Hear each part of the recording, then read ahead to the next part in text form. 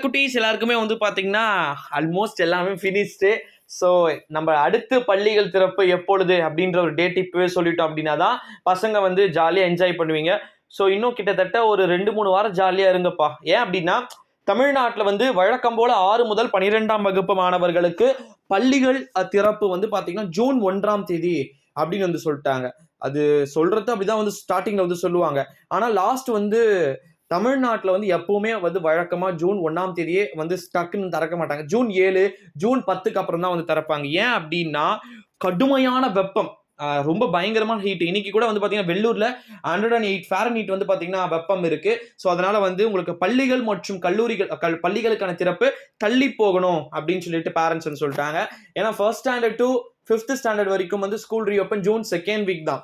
So அப்படி இருக்கும்போது 6 முதல் 12ஆம் வகுப்பு மாணவர்களுக்கும் பள்ளிகள் திறப்பை தள்ளி வைக்க வேண்டும் அப்படின்ற ஒரு கோரிக்கை தற்போதே எழத் தொடங்கிவிட்டது.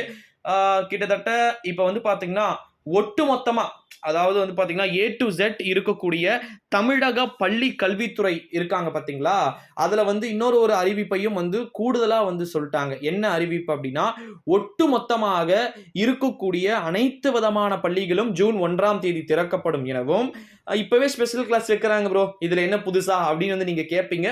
ஸோ இப்போ வந்து 10ஆம் வகுப்பு முடிச்சுட்டு 11ஆம் வகுப்பு மாணவர்களுக்கும் அல்லது 11ஆம் வகுப்பு முடிச்சுட்டு 12ஆம் வகுப்பு போகக்கூடிய மாணவர்களுக்கு மட்டும்தான் இப்போதைக்கு வந்து போயிட்டு இருக்கு. ஸோ அதனால வந்து பெருசாலாம் பேனிக் ஆகாதீங்க. ஓகேவா சில குட்டீஸ்? திட்டமிட்டபடி ஜூன் 1ஆம் தேதி பள்ளிகள் திறப்பு அப்படின்றது சற்று சந்தேகமான பார்வையில ஓடிக்கொண்டு தான் இருக்கிறது.